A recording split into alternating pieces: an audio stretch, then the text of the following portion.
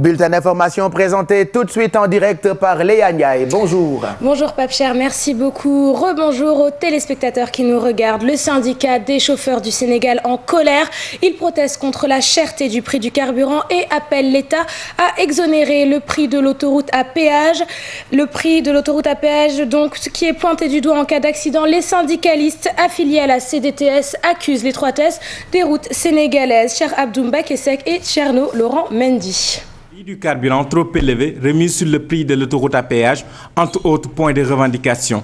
Le syndicat démocratique des chauffeurs du Sénégal exige le respect du secteur des transports. Pour la baisse du prix du carburant et une exonération du prix de l'autoroute à péage pour les chauffeurs de transport.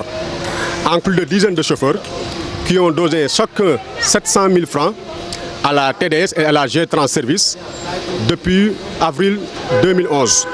Bon, on est allé à la justice, porter plainte, faire du tout, aller-retour, mais jusqu'à présent, on n'a pas eu gain de cause. On formalise le secteur du transport pour permettre aux chauffeurs d'avoir des CDD, des contrats à durée déterminée ou des CDI.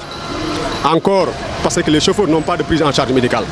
L'État ne joue pas son vrai rôle d'arbitre entre les chauffeurs et les transporteurs. À cela s'ajoute l'insécurité routière. Pour ces chauffeurs, l'étroitesse des routes cause souvent des accidents. Demander quelqu'un de bien se tenir, d'abord il faut faire ce que tu dois faire. Tu sais, nos routes, tu vois la route nationale qui mène de Dakar à Thiès ou à Touba ou à Tamba, la route n'est pas plus large que 7,50 m. Comment on peut imaginer une route de 7,50 m, deux voitures de transport en commun en gros calibre pouvaient se repasser? Si c'était en Europe, vous allez voir beaucoup d'accidents par rapport aux chauffeurs.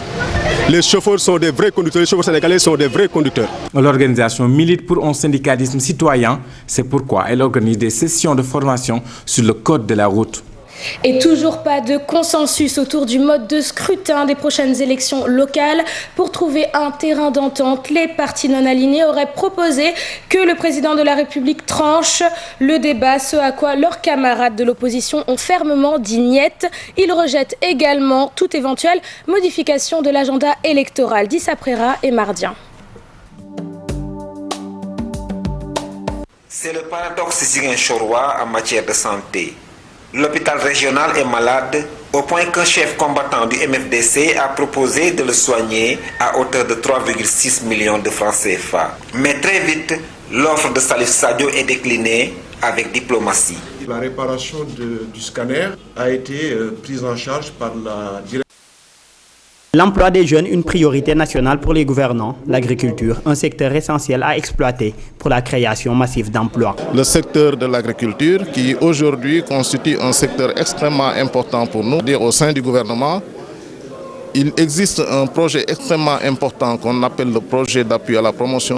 Principalement, le désaccord entre la majorité et le collectif des partis de l'opposition se situe dans le mode de scrutin et la clé de répartition des deux votes.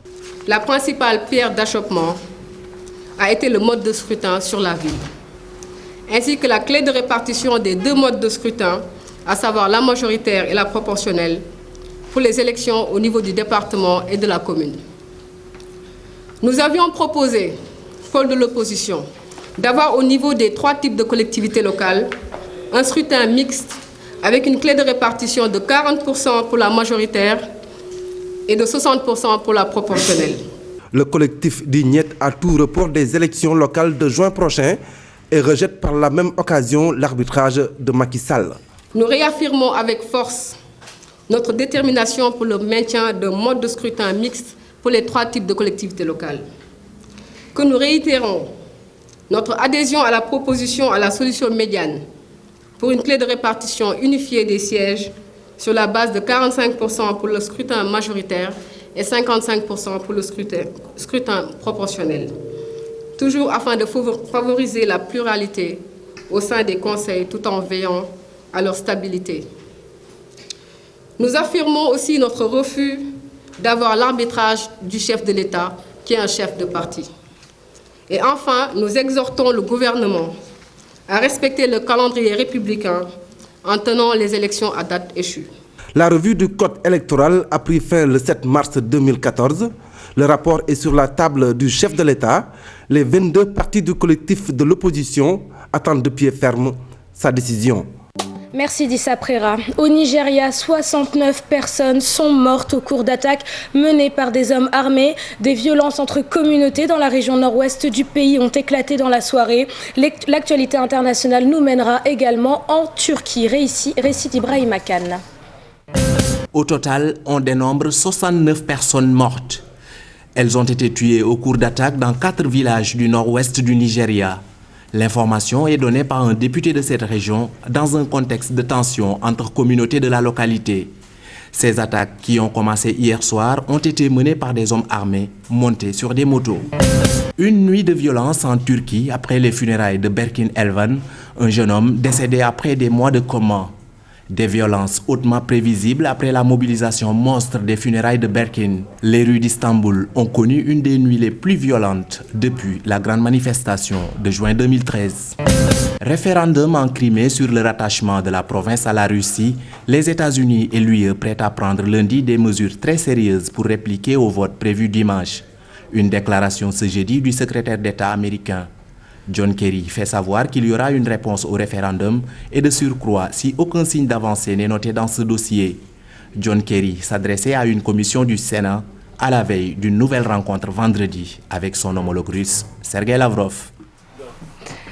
On termine avec le sport et une bonne nouvelle pour le Djaraf qui a obtenu gain de cause. Il a été déclaré vainqueur du match contre le Casasport de la 7e journée, interrompu à la 70e minute par la commission de discipline. Le Casasport devra payer une amende de 300 000 francs CFA. Fin de cette deuxième et dernière édition Pape Cher. Rendez-vous donc lundi. Inch'Allah, ce sera pour le 20h, 14h, prochain rendez-vous avec la rédaction. 13h Pape Cher. 15h, voilà, un autre. 13h Pape Cher, rendez-vous la rédaction avec le journal en Wolof. Attention, je dis ça parce que je sais qu'Aïssatou est très au point sur les rendez-vous de la rédaction. Voilà, 19h30 aussi, vous aurez droit à un bloc d'informations. Merci Léa et à lundi. Inch'Allah.